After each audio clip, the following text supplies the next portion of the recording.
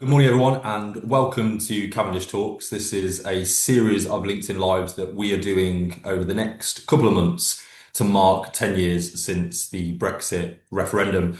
A lot has changed in the last 10 years. In 2016, we were told that dealing with the Brexit question would help heal a divided country. It would heal the divisions in the Conservative Party who were in government at the time, and it would send Nigel Farage packing. Of course, over the last 10 years, not much of that has come true, but it has meant a huge change in our relationship with the European Union and a huge change for business and how they interact with our largest trading partner. I'm delighted today to be joined by Liam Byrne, who is the Labour MP for Birmingham, Hodge Hill and Solihull North, and also the chair of the Business and Trade Select Committee in Parliament. So someone who brings a unique perspective from his time in Parliament over the last 10 years, but also as a former minister in the last Labour government. So Liam, welcome to Cavendish Talks. Thank you for joining us today to share your views. We'll start with a nice, easy question. So over the last 10 years, Brexit has changed Britain.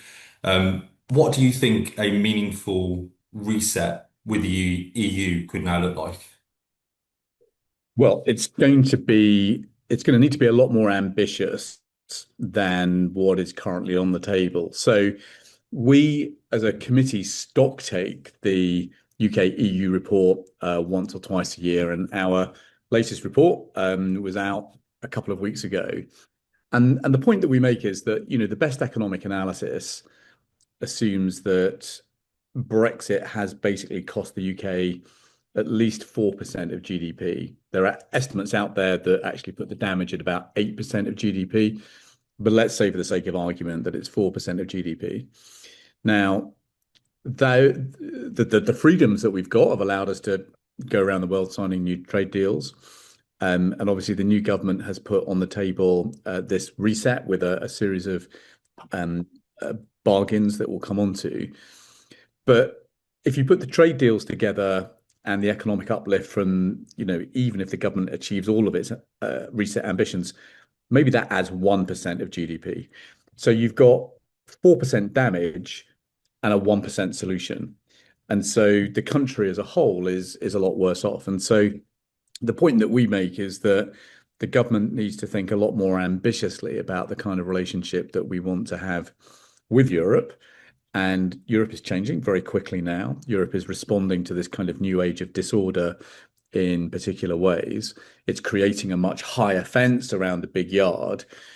And that's creating some real challenges for the UK on things like economic security, on competition policy, on industrial policy. And we're just going to have to think differently about how we draw closer to our biggest neighbour over the years to come. And that is inevitably going to require us to rethink some of the red lines that we put in Labour's manifesto at the last election. Yeah, it's interesting. You mentioned some of the red lines around, Keir Starmer's government has obviously ruled out in the Labour manifesto, ruled out rejoining the single market, rejoining the customs union and rejoining the European Union. Do you think with a new Labour administration, a new Prime Minister coming into number 10 in the next few weeks, that Labour will revisit some of those red lines? Because it seems like the debate over the last 10 years has moved from being very ideological back in sort of 2016 to maybe 2019 to being focused, particularly with a much more, I'll say grown-up government, but a much more focused government under Keir Starmer about the practical challenges that we need to address with Brexit. Do you think some of those red lines will be something that Andy Burnham dares to touch? So not in the short term, but I think the debate will shift to how should those red lines be altered in the next manifesto. And I think, you're going to see some parts of the Labour movement basically arguing that the next manifesto should include a promise to rejoin the European Union and to have a referendum. That is going to consume an awful lot of the next 10 to 15 years, and who knows what the price for that will be. But if that isn't the option, then the alternative debate is going to be, well, what is the halfway house? What kind of gets us a bit further down the road?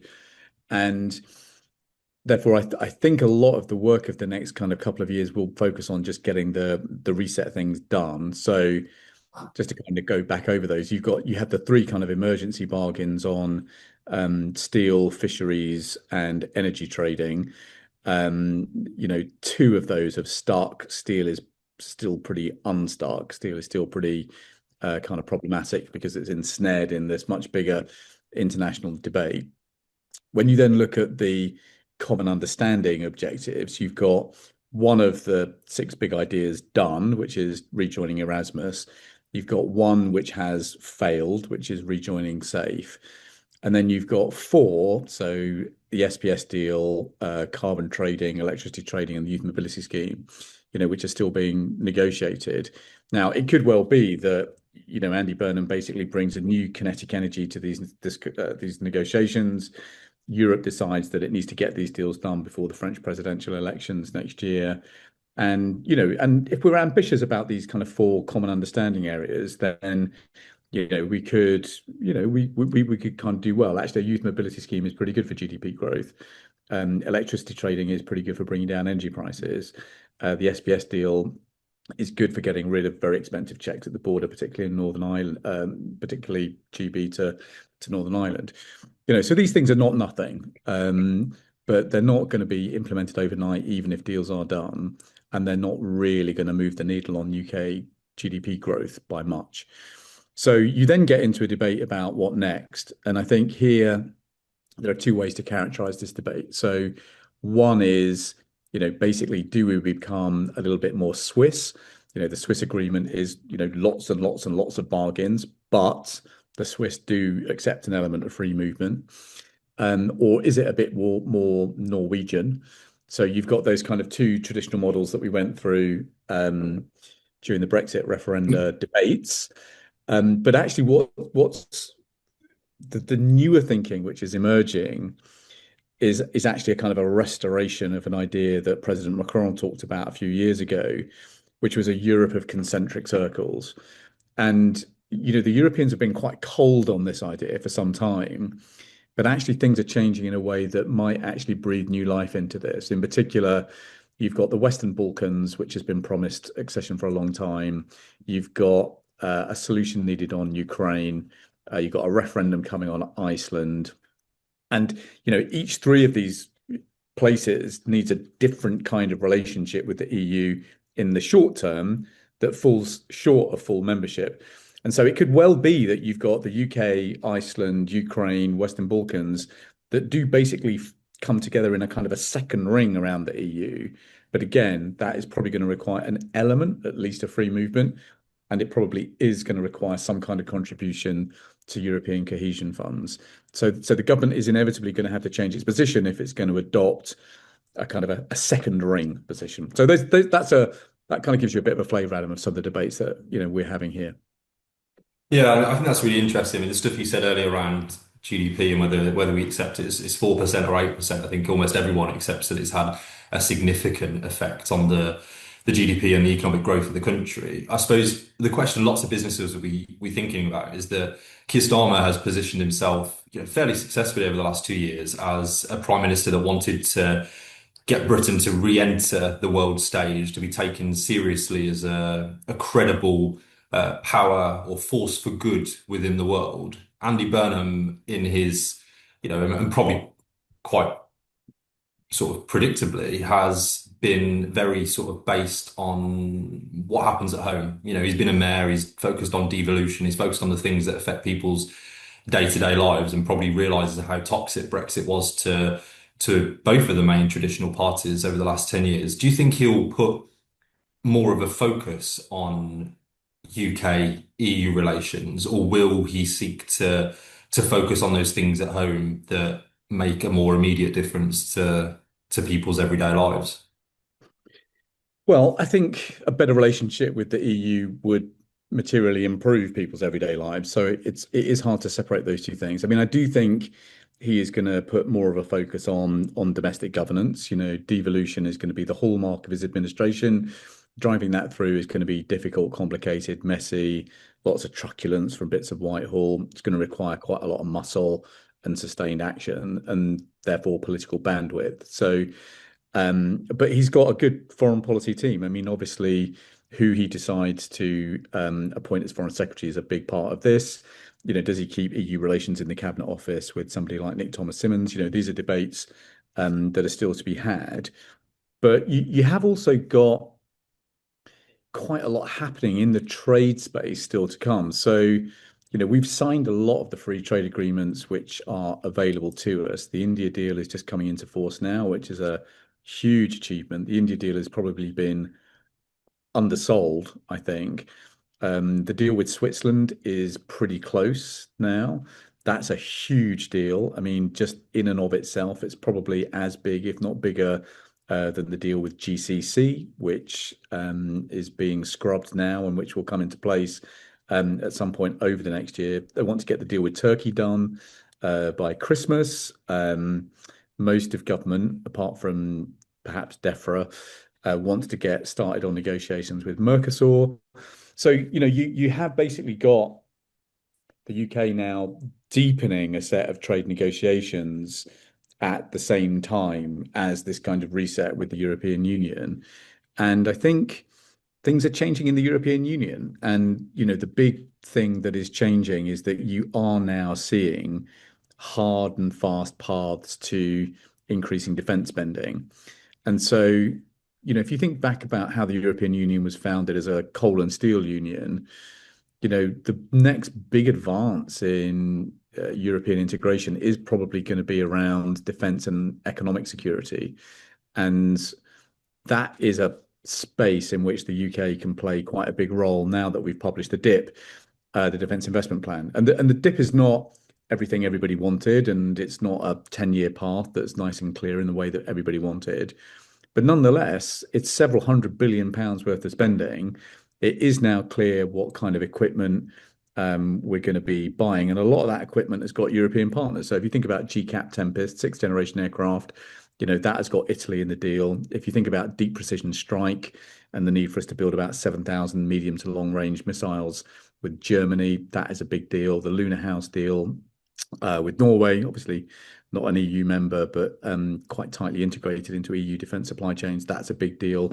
And when you then layer on that the need for a more common approach to dumping from China, the need to de-risk critical supply chains and critical minerals, you can begin to see a kind of a new dimension to UK-EU relations opening up, which is all about us fulfilling the promise that we've made to the Americans, is that henceforth European NATO partners are going to develop the capabilities needed to lead on conventional defence in Europe.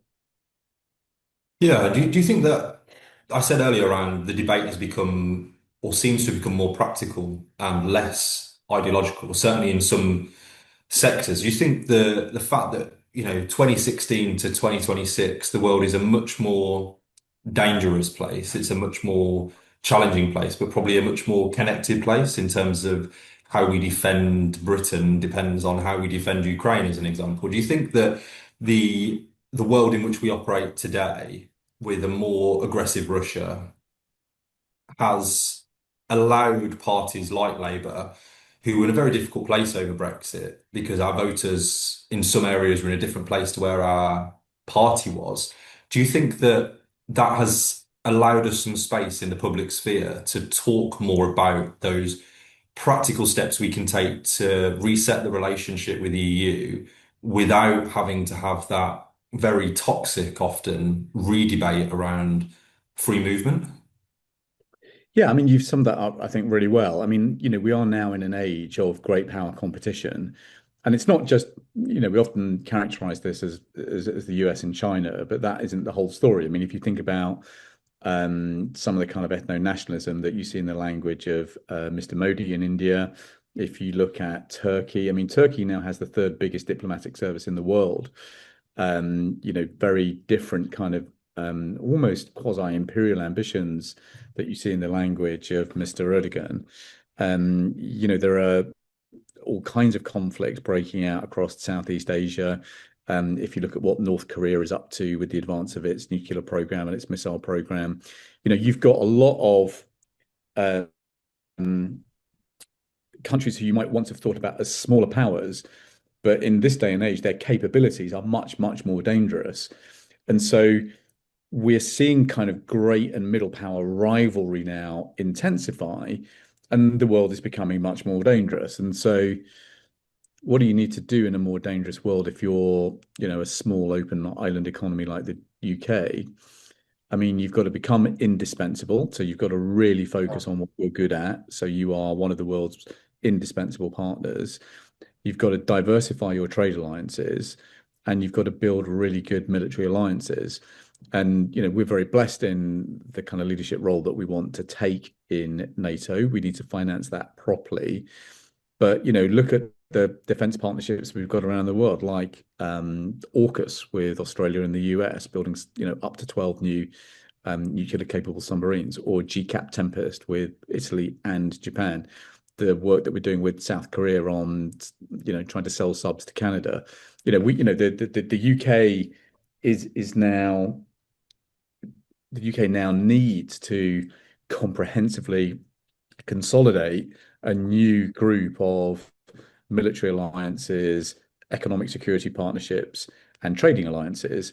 And crucially, as one of the world's leading middle powers, we've got to help knit together what we call the middle power stack of European countries, free trading democracies in Southeast Asia, old allies in the Gulf. Altogether, that's probably about 30 to 40 nations with, I don't know, somewhere between about 25% and 30% of global GDP.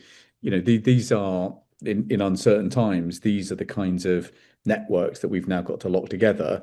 And of all of the relationships in that big new network, the most important for us is with our closest neighbors in Europe. Yeah, I think some of the things that you've talked about today, it almost probably sums up one of the biggest challenges that the Keir Starmer government had. That they've achieved an awful lot, and Keir as Prime Minister has reset Britain's relationship with the world, and that's in an age of where security is the biggest challenge that we face. I think in 5, 10 years, Keir Starmer will be seen as the person that helped to pave the way to NATO changing, to standing up to some of those countries around the world that have become more aggressive, and that is about protecting people's security at home. But do you think perhaps that challenge around communication and selling this to the public has been one of the reasons that we're not more openly ambitious, or haven't been openly ambitious about closer ties with Europe, because we're so worried that you put a foot out of line and you have parties from the populist right or the populist left derail politically a project that the Labour Party has been so successful from sort of 2019, coming back from a very, very bad defeat to now, that we're just too nervous to enter that world. We're certainly nervous to frame the debate. And, the challenge that I think he had is that, look, he campaigned for office and he won an argument for power with an argument about the state Britain was in. And if you contrast that to the way Mr. Carney in Canada sought power, Mr. Carney campaigned with an argument based on the world we're in. And, what Andy Burnham now needs to do is to actually take a lesson from Mark Carney and tell a story about how the world is now being shaken like a kaleidoscope. We are now in a new Cold War with Russia, no question about it. At times, that is a hot war. It's definitely hot in Ukraine. But it's not just Russia that we've got to worry about. You've got to worry about North Korea. You've got to worry about all kinds of violence now breaking out around the world. And in a world like that, in a world that is more dangerous, you have got to invest more in defense. That's a really difficult thing to do when our debt burden is so high and when our growth is so slow and inequality is still so pronounced. We've got to deepen our trade alliances, got to deepen our military alliances, and we've got to grow the economy faster while safeguarding critical supply chains and critical mineral supplies with a new philosophy of economic security. So, there is a kind of a new national strategy that now needs to take shape that is actually very different to the story that Labour told in 2024, because the advent of President Trump 2.0 has basically accelerated very, very dramatically some trends which were underway, but he accelerated nonetheless. And now we just have to think about things very differently and prioritize different things very differently for the future. Yeah, I think you're absolutely right. I think Andy Burnham or a new Labour administration, whoever he puts in his cabinet, whoever those big players are going to be in the great offices of state, provides an opportunity to reset at a time when we're talking to Europe about resetting our relationship. So thinking about how we end this conversation on a positive note, because I think business finds uncertainty very, very difficult, bad for investment, bad for jobs, bad for growth. But thinking about this from a positive point of view, what would you say to businesses about what a future Labour government can now do in the space it's created for those UK EU relations going forward? What are the things that we could look forward to under an Andy Burnham government in the next sort of 2, 3 years? But let's just say Labour win a second term, which might have been difficult to think about 6 months ago, but in 6 months' time, we might think that's more likely than not. So, what are those positives that you think can be achieved in the next 3 or 8 years of a Labour government? Well, Labour is going to win a second term. It is going to defeat reform. Reform is a hustle, frankly, that is about money making for its leading politicians and for many of its richest backers. Let's be really clear about that. Um, they don't offer kind of long-term solutions for the kind of predicament that we're in. But look, what Labour's got to do is to tell a story about how, in a new age of insecurity, we protect and advance people's freedom. And the way that we do that is by telling a story about how there is no freedom without security and there is no security without wealth. So at the same time, you've got to invest in stronger defences and economic security. You've got to create new safeguards for workers in the workforce now facing new dynamics like artificial intelligence, which will have a huge impact on the labour market. But ultimately, if you want to live better than others, you've got to be richer than others. And so, what I'm actually most excited about when it comes to the future of the UK-European relationship is how we mobilize innovation on a completely different scale and finance it on a very different scale. So, Britain and Europe are not short of genius. We have Nobel Prize winners kind of coming out of our ears. We have some of the most exciting technologists and innovators and inventors in the world who are building businesses on our shores. We're also not short of long-term savings to mobilize. So if you look at the long-term savings in the insurance industry and in the pensions industry, we have trillions of pounds at our disposal. What we've done a very poor job of is building the kind of institutions that match those long-term savings in capital markets to the ideas to actually build the trillion-pound businesses of the future. But that agenda, that thinking is now underway. So in Europe, you've got the Cookies-Neuer report, alongside the Draghi report and the Letter report, which European policymakers are now beginning to take kind of seriously. On our committee, we've just published a huge report on how you overhaul the UK investment function.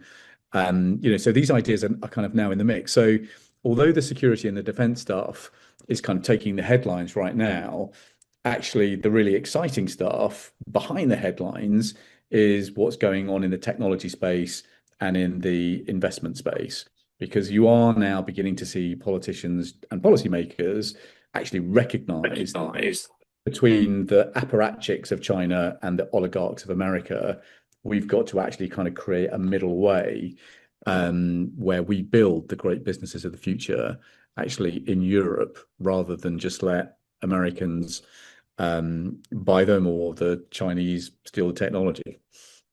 Thank you, Liam. Thanks for joining us today on our latest edition of Cavendish Talks. This has been a really interesting conversation about the future of the UK's relationship with the European Union. And we've heard today from Liam about those big issues that are going to affect everyone's lives, both in the UK and across Europe in the years and decades to come, whether that be on technology, defence, security, or the economy, and perhaps most importantly, money in people's pockets. The things that all governments exist to do to make people's lives better on an ordinary level. And hopefully that debate is moved on from 2016 to 10 years on, being less about immigration and topics that are good for clickbait and more about those important topics that will affect my future, your future, and the future of generations to come.